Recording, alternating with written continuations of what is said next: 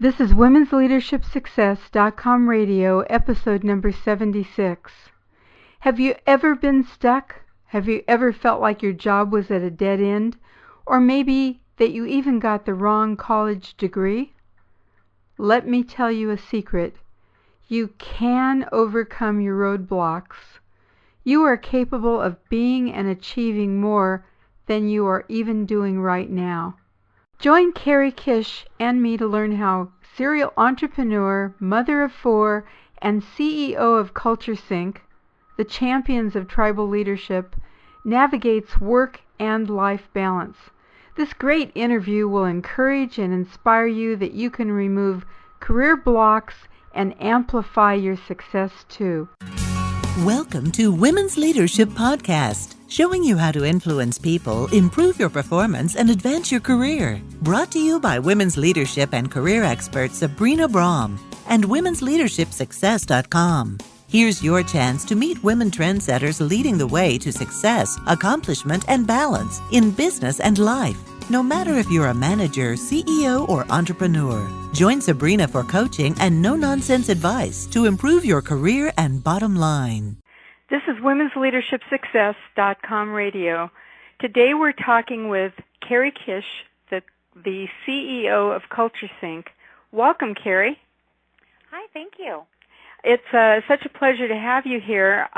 We met about a year ago at the Conversation Among Masters conference down in Florida, and I was impressed with you then, and then I ended up taking a course with tribal leadership, and you participated in that as one of the leaders, and it was an excellent course. So I'm excited to talk to you today. Thank you. Thanks for inviting me. I'm excited to be here. Great.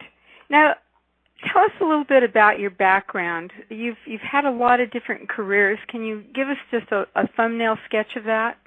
Yeah, it's a little unusual. I actually started out as a chemist and worked in research at chemist for a few years, and then went into teaching, and then found that I'm very entrepreneurial, and starting businesses. So my husband and I are serial entrepreneurs, and just recently started our 8th business, and they have been in many different and diverse fields, from software consulting to a health spa to leadership development, and they don't seem like they go together, and it's an interesting path that we've followed. Well, that's really interesting, and one of the things that I like about that is I meet so many young women that think they have to stay in one track. Have it figured out. Or have it figured out, so they're a chemist, and so you've got to always be a chemist, or they were a teacher, so you've got to do that. And that really isn't true for a lot of people. But I'm wondering was it difficult to make those shifts from one profession to another, or was it an easy thing to do? I will admit that it's not been easy, but I don't know that getting up and going to the job that's not right for you is easy either. And I don't know that I actively made a decision like, I need to start a new career. I think I just followed the steps that were in front of me, like followed the resonance, followed the fulfillment, and followed the opportunity. And I think one of the things that's really important for women as they are leading their careers is that our life circumstances, I think, change in the career world a lot more than men's do. Because if you, maybe you're married, maybe you're not when you enter the workforce. And getting married changes your focus and maybe your priorities. Having a family can change your focus and your priorities. My husband and I have 4 children, so that definitely impacted my career and changed my focus and my priorities and how I wanted to participate in work and how I wanted to take care of my family. And I think that continues to change and evolve, and we need to, I think, be more flexible about how we approach our careers because of that. That makes a lot of sense. I want you to back up for a minute. You said something that caught my attention. That was you followed the resonance. Can you talk about what that means for you? Yeah, it's kind of like it's kind of like following the path that lights up, following what makes your heart sing, following what feels right. And I think I'm very intuitive, so I feel more than I think. But for some people, and a lot of the women in leadership think before they feel. So you can follow what you think is right or what makes the most sense. You kind of need to check in with the resonance is kind of like your inner voice, and you get feedback from your inner voice from a lot of places. It's from what you think and what you know, from your experience, from your intuition, from your values. And so just following that little inner voice and following what is most fulfilling and what is most right for your circumstance now, and not forcing something to work because you need the money, or because you're afraid of making a change, or because you feel stuck for some reason or another. That makes sense. For me, it was getting the confidence and trust that I could do that and would turn out okay. I think it's just one of the most powerful things that one can do in life is to follow that resonance, to follow that inner knowing of what's right for you. So tell us about CultureSync. What is that organization, and what's your position there? So I'm the CEO of CultureSync, and I became CEO of CultureSync in kind of an unusual way. Essentially, I sold my last coaching and leadership development business into CultureSync in exchange for partnership. So I am a partner and the CEO at CultureSync. And what we do is essentially help people navigate culture and leadership in organizations, from anything from a startup up to Fortune 100s. Today I was lucky enough to go and work with Virgin Galactic, the top 15 executives at Virgin Galactic. So we go in and we do anything from one-on-one coaching to one-day off-site leadership retreats to one-hour keynotes to year-long leadership and culture development initiatives inside of organizations. So, wow, that's very impressive. You must be really good at your job to be working at that level. Thank you for that. Some days, the one thing about working at CultureSync that's different from the other roles I've had is that it's got a much bigger reach because my business partner Dave Logan is a best-selling author and teaches in the Executive MBA program at USC. There's a lot of demand for our work, and so we have a lot more exposure. And so I think I used to think I was really good at my job, and and I get so much feedback. Just being that involved, that having such a public role opens you to a lot of feedback. So as a speaker, I'm on stage. I teach at the Getty Leadership Institute. I teach I teach for an organization called the American College of Physician Executives, and in those organizations specifically, but in a lot of our organizations, we are rated and given feedback on every single talk we do. And that creates some humility. So right, one doesn't always get great reviews, right? We do well. I mean, we get very good reviews. But as you know, and probably as the listeners know, if you get a review or a 360 or any sort of evaluation, even if your boss or your peers say 95% 5 amazing, great things about you or good things about you, the thing you fixate on is the 5% of negative feedback. Right. And so it's hard because we know the 2% truth, or it stings, or it hurts in a certain way, and it is an opportunity to continue to grow and develop ourselves, and it's not always easy. So it's easier to reject the feedback, I think, than to take it. Well, how does one? I think it's an interesting point because I do executive coaching in corporations too, and the question is, how does one take the feedback and make it useful? And sometimes it's not clear even what the person meant by that feedback. It's very, very true. And you don't have any way to check with them. Right. And the other thing is that feedback is often weaponized in organizations. Feedback isn't always useful, and oftentimes feedback says more about the person giving the feedback than it does about the person receiving it. Exactly. And so we can't take everything on, but you know the things you need to take on. Right, the thing that stings, and when you try it on and it's like, ooh, ouch, that's a place where you have an opportunity to grow and develop yourself. And rejecting it is easy and safe. Owning it and struggling with it and kind of having that dark night of the soul with it is harder and very well worth it. I totally agree. And I appreciate your vulnerability and your sharing that with us.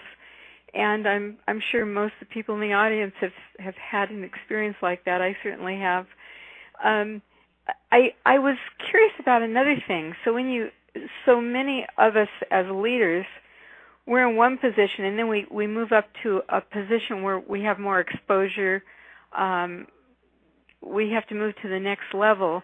And so you had your own company, and all of a sudden you're in a position where you have a bigger reach. You're exposed to, I don't know the right way to put it. You're in more of a public position, and you're being scrutinized more. Was it easy to move into meeting maybe well-known people, going and talking to somebody, say at Virgin Galactic or a different company? Was that an easy transition, or what did you do to deal with that? Well, there are a couple layers of the answer.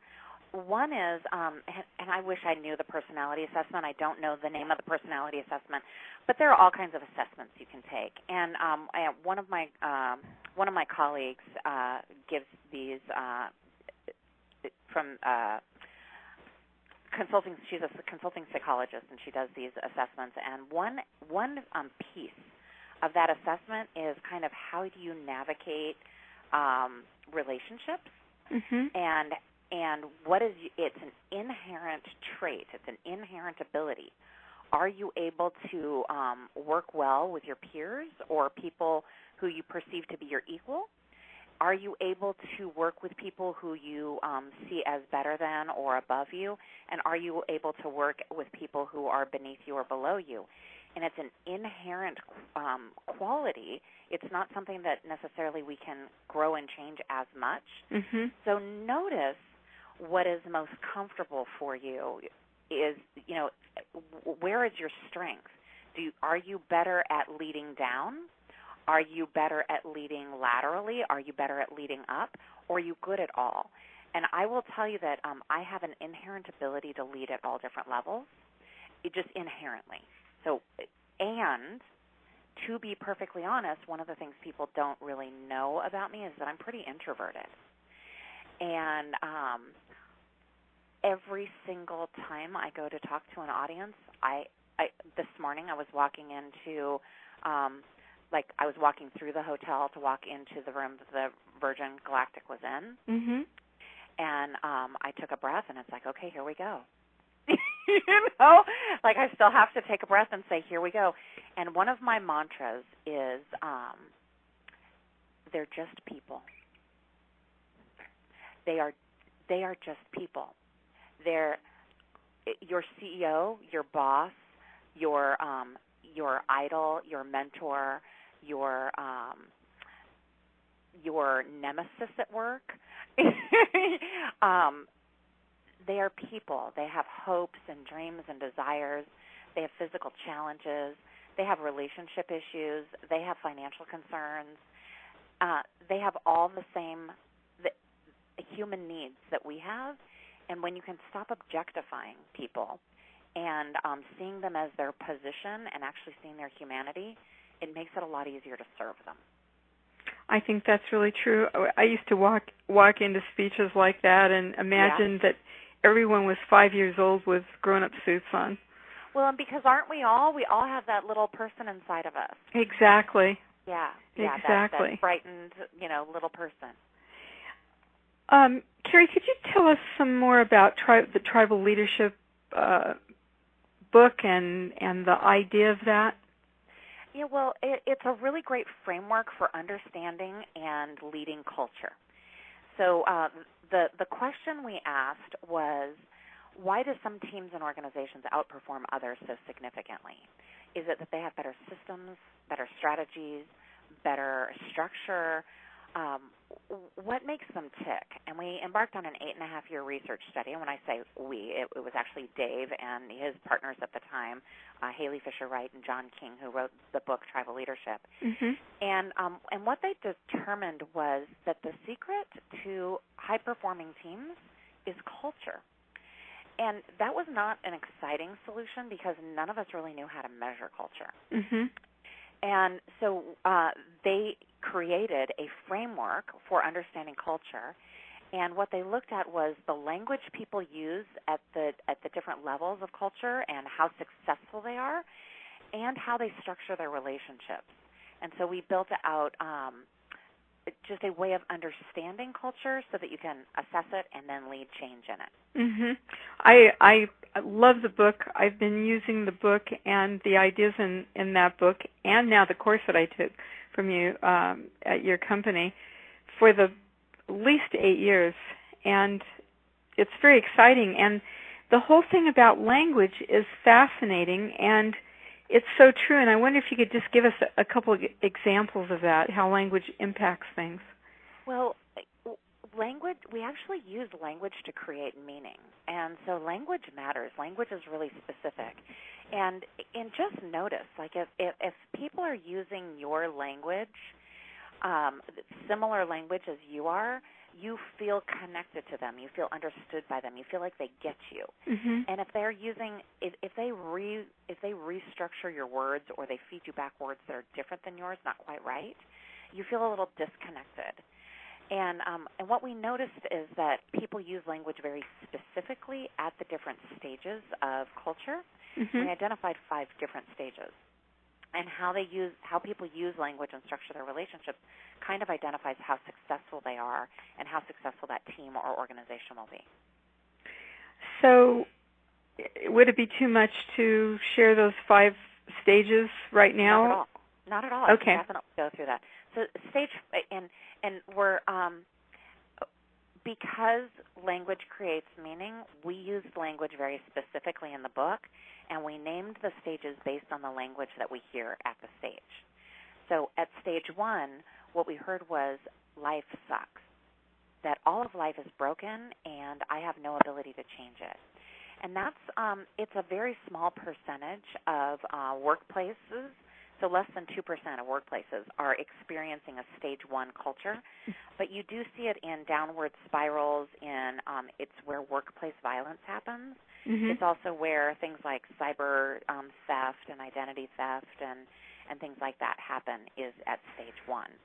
It's kind of like if you know, or if the listeners know about Maslow's hierarchy of needs. Mm-hmm. If your basic needs are not being met, you'll do whatever it takes to take care of yourself and your family. And if that means doing something dishonest or protecting yourself in a particular way, you will do it at stage 1.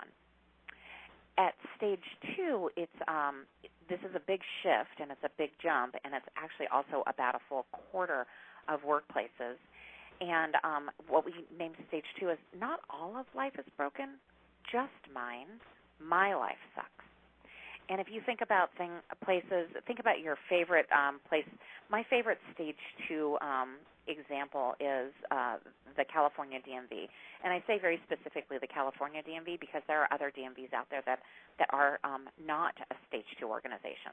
But I will tell you that I was renewing my driver's license last year, and I had an appointment, and I had to stand in 4 lines, and there were papers taped up all over the DMV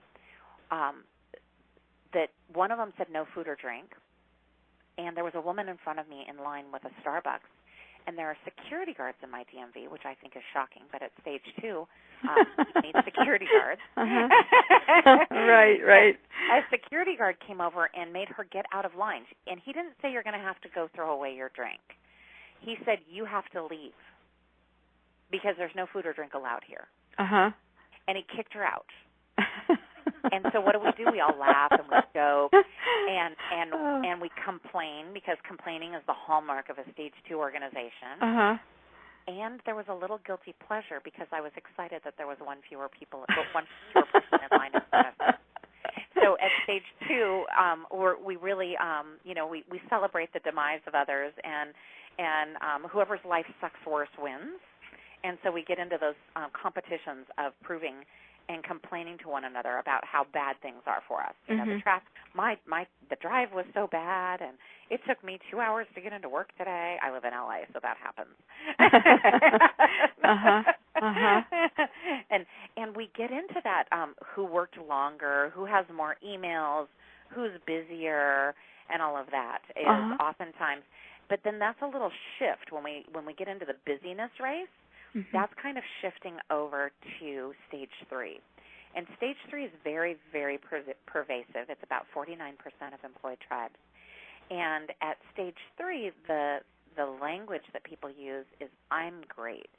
And what you hear most is I, me, and my in their language. And it's all about I, me, and my. And I'm great also implies, unfortunately, that you're not. And so I am great at the expense of others. It is easy to demonize this stage because it is so popular and so prevalent and so limiting. But the gift of stage 3 is competence and excellence. It's what we're trained for. We're trained to be the best, to go to good schools, to get good grades, to get a good job, to make good money, to be quote unquote successful, whatever that means, and to climb the corporate ladder and to get a better title and a better job and to make more money and essentially be busier. So at stage 3, you really see people getting into this competition of who's busier, whose schedule is busier, who's more important, who's right, who has the biggest and best credential, who has the most information, who has the best experience is all what drives stage 3. And that's great to a limit, but it really limits team performance. You can see that if I'm all about me and my experience, that I need to solve every problem, and I'm not necessarily great at building a team and having that increased performance that can happen when I let everybody participate in their strengths, not just in mine. So stage 4 is the transition, and that's about 22% of organizations. And that's a shift from I'm great to we're great. And it moves from I, me, and my language to we, us, and them. The competition is external. It's generally, sometimes it can be internal. I could be competing with people in other departments. We see a lot of that in organizations. It's the us against them becomes the silos, and our silo against their silo, our department against them. We're competing internally for resources and assets. But it tends to be a place where we're more focused on values rather than strengths. So strengths are really important, and strength and skill is super important. You need them to get to stage 4, but at stage 4 we shift from being all about strength and skill and being more about values. And so these values-led organizations, some examples in the media and well-known examples that people know of and would think of are companies like Patagonia, companies like Zappos is super popular for having a great values-driven culture. Mm-hmm. Another example is Whole Foods. Whole Foods Market is another example of a values-driven organization. And so you can just palpably feel the difference when you walk into an organization that is led by values. You have a different customer experience or a different experience interacting with them and they're doing better in the marketplace. They have much higher customer loyalty and much more success. Mm-hmm. I was going to ask you if their profits were higher, but that's what you're saying.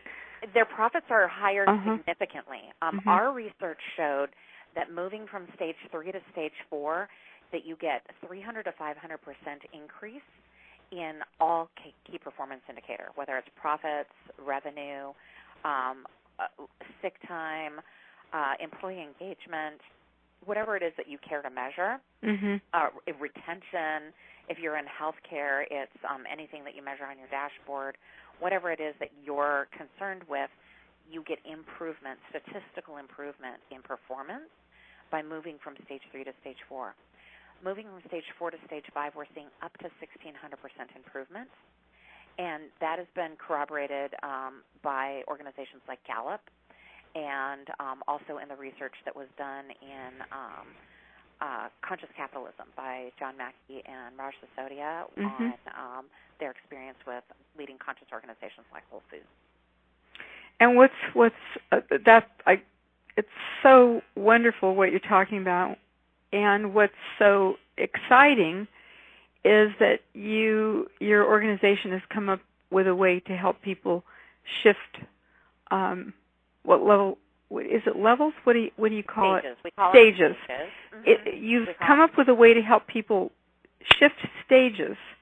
Yes. And how successful? Do you have any research on that? How successful have you been with that? Well, I don't know that we're successful. I'd say that the companies that hire us have been very, very successful. Okay. I like that. I like that reframe. That makes a lot of sense. Well, and you probably would know this because you're the kind of person that we partner with, and who goes out and does work like ours, and does work with our technology, and can see it in action. And you know that you can go in and talk until you're blue in the face, and you can go in and coach, and you can consult, but until they own it and start making the shifts and it's the small one-on-one interactions, and it's the small relationship building, and it's being focused on values. It's these little shifts that really matter, but they're behaviors. Mm-hmm. They're behaviors that you have to do every day and that you have to get a critical mass of people in the organization doing in order to see the shift. So we see that awareness is the first step, so just noticing where your culture is and what your opportunity is, where your next opportunity is. I didn't mention stage 5. Stage 5 is only about 2% of organizations, and it's really about changing the world. It's not about competing with anybody. It's about making world-changing play, and it's about change. Steve Jobs, the first iPhone, is an example of stage 5. It changed the way we interact with our technology, and it changed the way we interact with each other. That smartphone technology became accessible, user-friendly, and widely adopted, so much so that it has changed our culture. That's the kind of thing that we think of as stage 5. The goal is stable stage 4 teams that can do stage 5 plays or stage 5 projects. If we were changing the world all day, every day, we would maybe not have eyes on our revenue and our expenses. We would maybe not have eyes on our business development. We would maybe not have all the lenses that we need to have on our business that keep our business healthy and on providing outstanding, excellent customer service to our customers if we were only focused on changing the world. So we need to stabilize our teams at stage 4 so that they have access to stage 5, but stage 5 is not the goal. Well, that was a beautiful, quick description of some very wonderful, complicated things, so I really appreciate that. I want to shift to a personal note, and if you don't mind, I'd like to ask you about the serious injury you had this last year. Would that be okay with you? Yeah, absolutely. It's my pleasure. And one of the reasons I wanted to ask you about this is certainly a lot of people in my audience have either had an injury or they will have one, and just I think hearing what you went through and how you dealt with it could be helpful to a lot of people. So can you give us a quick overview of what happened to you and how you've dealt with it? Sure. Let's see, it's been about 5 months. So about 5 months ago, I had a very serious horseback riding accident. I was riding my horse, who I know very well. I was doing everything right. I was in a padded arena with my trainer and no distractions, wearing a helmet and riding boots, and working on something really silly that is not dangerous at all. Mm-hmm. And in between those little exercises that my horse and I were doing, we would take a little walk around the arena just to kind of shake it off and relax our brains. Mm-hmm. And because it was very mentally taxing what we were doing. And we were deeply connected. We were having a beautiful, beautiful day. And she spooked. Something spooked her, and we still to this day don't know what it was. There's a cow that free ranges on the ranch, and the cow came running up the hill. My horse is a cow horse. It's her job to chase cows. So she has demonstrated repeatedly since the accident that she's not afraid of a cow. Mm-hmm. But something spooked her, and we're thinking something might have been chasing a cow, a coyote or a mountain lion or something, that she could see that we couldn't. And she turned and looked at me and snapped. She lost her mind. And I saw that, and I am a decent rider, but I am not a rodeo rider. And she became a rodeo horse, and I was thrown from her and broke my back. Oh. And couldn't walk, and had to be rescued by 7 paramedics, and rushed to the nearest trauma center, which is 3 hours from my home. I was the ranch I ride at is 2.5 hours, where my horse is boarded, is 2.5 hours from my home. And the trauma center was another 30 minutes from that. So I got rushed to a trauma center and needed emergency surgery, and was walking within 24 hours of surgery. So I feel incredibly blessed to have the health that I do. In 5 short months, I have recovered better than my surgeon said I ever would. He told me that I might need to reconsider the work I do, that I may not be able to travel the way I travel, and that I may not be able to stand on my feet and deliver programs all day. Mm-hmm.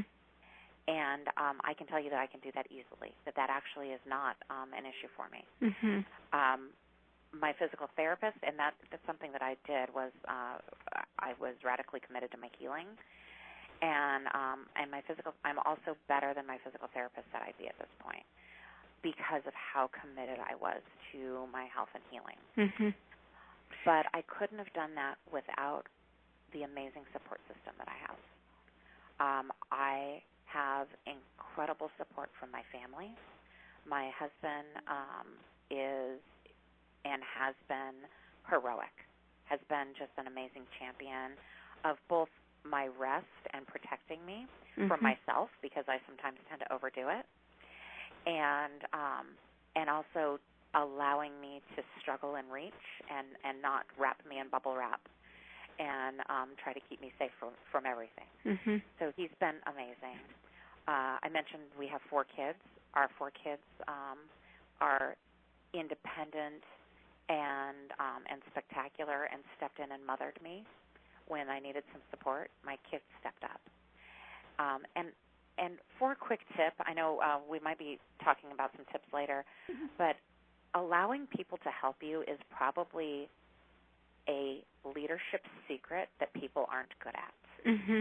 We are, especially as women, I think we are so good at giving help and offering help, and we're pretty terrible at receiving. Mm-hmm. And if you can let people help you, that is sometimes more inspiring of followership and support than helping others. Allowing people and empowering them and surrendering to allow them to help you. So I talked about my home team, including my parents. My mother came and stayed with me while my husband was traveling, and I took 6 weeks off of work, which is a huge deal because it's a very small consulting company with clients that they don't demand, but our clients, there's a high demand for us in the industry and in the marketplace, and our team stepped up, and some of our consulting partners from outside of our organization stepped up and supported me so that I had that space, and so that our clients were still served even in my absence. And our team banded together and took care of one another and took care of me as well. So it's easy to lead when things are going well. What happens when there's a crisis, I think, is a true test of your leadership. It really is, and I too went through something in my past where I had a serious injury like that, and I remember a few months ago when you wrote in your blog how you were doing. It was much more of a struggle. You were having to. It's still a struggle. So I am still struggling. And I like what you're saying about asking for help, and it seems like there's something about letting people know how you're feeling, really, not pretend, and what you're capable of that day. That's important too. Well, and there's some messaging. You need to know who your audience is. Not everybody. Frankly, this is for the listeners. Not everybody cares how you're doing. And so I try not to make my problems anybody else's. They're much more concerned with their problems. And so if I can do what I need to do to take care of myself and to get my support people to help me, whatever that is, my personal trainer, my surgeon, my physical therapist, my husband, my children, my dear friends, my business partners, build that support system around me so that I don't have to make my problems everybody else's. And there are days when even my home team needs me to be better than I am. I need to be better than I am. And so I'm not the only one who experiences frustration with my limitations. My team experiences frustration with my limitations. And it's something that we're all struggling with. And, again, it's a struggle that is an opportunity. It allows us to look at where our weaknesses are as a team, where we want and need more support, where we're vulnerable, and how we want to shore that up. It's just really, what you're saying is so beautiful. And I think it's important for all of us to hear, and I just really wish you well on your healing journey. And I'm just inspired by who you are as a person before you were injured and who you are now. Thank you. I'll tell you one other thing that I've learned through this, and it's and part of this is my background from a healing perspective, having run a health spa. One of the things that I have really learned and that I'm still struggling with is how much information pain is, and to use the pain rather than to shut it off. That the pain is information that tells me I need to rest, and that I need to stretch, and that I need to exercise. It would be really easy to take pain medication and turn that off. And when I turn that off, it doesn't promote my healing. And I'm using that as a metaphor for more than just my physical healing. This is a metaphor for also healing our relationships, either our personal relationships or our work relationships and our organizations, that the symptom, that we very often shut off the symptom instead of listening to what the symptom's trying to tell us. That is so profound. You can put that in your book, Carrie. That I'll have to transcribe this because I will give you a copy of the I'll give you a copy of the transcription. That is really, it's so true. How often do we just ignore the pain and not understand that it's giving us some deeper information? Right. That is so beautiful. Thank you. Well, this has been wonderful to talk to you, and I appreciate everything you've shared with us. I know the people listening are going to really get a lot out of this. Thank you again, and maybe we can get you to join us for another interview at some later time. It would be my pleasure, Sabrina. Thank you for having me today. You're welcome. Bye for now. Hey, did you like the show? If you did, I would really appreciate your help. I need more great reviews in iTunes or Stitcher.com. Every great review will allow more women to discover the show and will help them succeed too. Please visit iTunes or Stitcher and subscribe to Women's Leadership Success Podcast. Also, I really appreciate your sharing my show with your friends and associates. Thanks for listening. Thank you for joining your host, Sabrina Brahm, on another Women's Leadership Podcast. If you have questions or comments, you can email her at sabrina@sabrinabrahm.com. Since 1989, Sabrina and her team have helped hundreds of women managers, business leaders, and entrepreneurs with valuable trainings, articles, books, and executive coaching. For additional tips, interviews, and free access to Great Leaders Today mini course, visit www.womensleadershipsuccess.com.